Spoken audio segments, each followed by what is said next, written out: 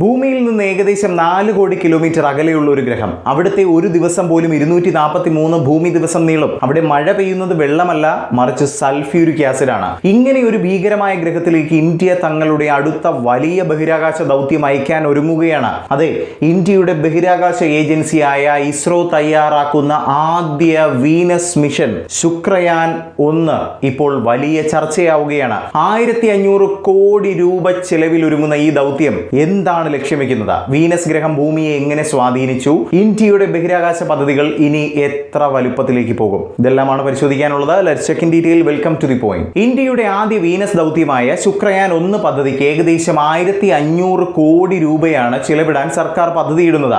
ഇപ്പോഴേക്കും ഈ ദൗത്യത്തിനുള്ള ആദ്യഘട്ട തയ്യാറെടുപ്പുകൾ ഇസ്രോ ശാസ്ത്രജ്ഞർ ആരംഭിച്ചു കഴിഞ്ഞു. ഈ മിഷന്റെ പ്രധാന ലക്ഷ്യം എന്തെന്നാൽ വീനസ് ഗ്രഹത്തിന്റെ വാതാവരണം, അതിന്റെ ഭൂമിയിലേക്കുള്ള ചരിത്രപരമായ സ്വാധീനം, കൂടാതെ അവിടെ നടക്കുന്ന കാലാവസ്ഥാ മാറ്റങ്ങൾ എന്നിവയൊക്കെ പഠിക്കുന്നതിന് വേണ്ടിയാണ് ഈ ഒരു മിഷനുമായി നമ്മുടെ രാജ്യം മുന്നോട്ട് പോകാൻ ഒരുങ്ങുന്നത്. എന്തുകൊണ്ടാണ് വീനസ് ഗ്രഹം പ്രധാനമായത്? വീനസ് സാധാരണ ഒരു ഗ്രഹമല്ല, ഭൂമിയോട് വളരെ സാമ്യമുള്ളതായിട്ടാണ് ശാസ്ത്രജ്ഞർ ഇതിനെ വിശേഷിപ്പിക്കുന്നത്. പക്ഷേ അതിന്റെ അന്തരീക്ഷം അത്യന്തം അപകടകരമാണ്. അവിടുത്തെ വാതാവരണത്തിൽ പ്രധാനമായും ഉള്ളത് കാർബൺ ഡയോക്സൈഡ് കൂടാതെ സൾഫ്യൂരിക് ആസിഡ് മേഘങ്ങളൊക്കെയാണ്. ഇത് കാരണം അവിടെ വളരെ ശക്തമായ ഗ്രീൻ ഹൗസ് എഫക്റ്റ് ഉണ്ടാകുന്നു എന്നതാണ്. അതോടൊപ്പം ഒരു അതിശക്തമായ വസ്തുതയുമുണ്ട്.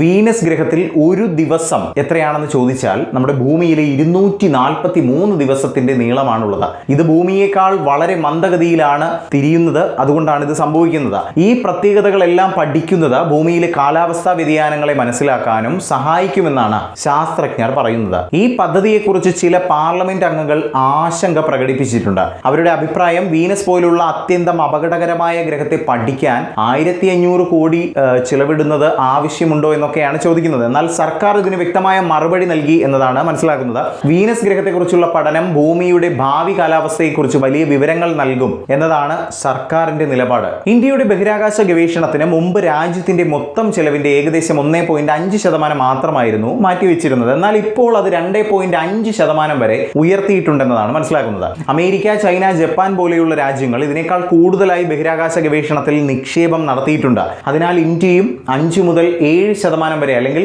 10% വരെയൊക്കെ ബജറ്റ് ഉയർത്തണമെന്നും ആവശ്യം നിലനിൽക്കുന്നുണ്ട്. ഇപ്പോൾ ഇന്ത്യയുടെ ബഹിരാകാശ ഗവേഷണ സംഘടനയായ ISRO അല്ലെങ്കിൽ നമ്മുടെ ഇസ്രോ രാജ്യത്ത് 23 കേന്ദ്രങ്ങളിൽ പ്രവർത്തിപ്പിക്കുന്നുണ്ട്. പ്രധാന കേന്ദ്രങ്ങൾ ഏതൊക്കെയാണെന്ന് പരിശോധിക്കുകയാണെങ്കിൽ നമ്മുടെ തിരുവനന്തപുരത്തെ വിക്രം സാരാഭായ് സ്പേസ് സെന്റർ, ബംഗളൂരുവിലെ വിവിധ ഗവേഷണ കേന്ദ്രങ്ങൾ, ശ്രീഹരിക്കോട്ടയിലെ ലോഞ്ച് സെന്റർ.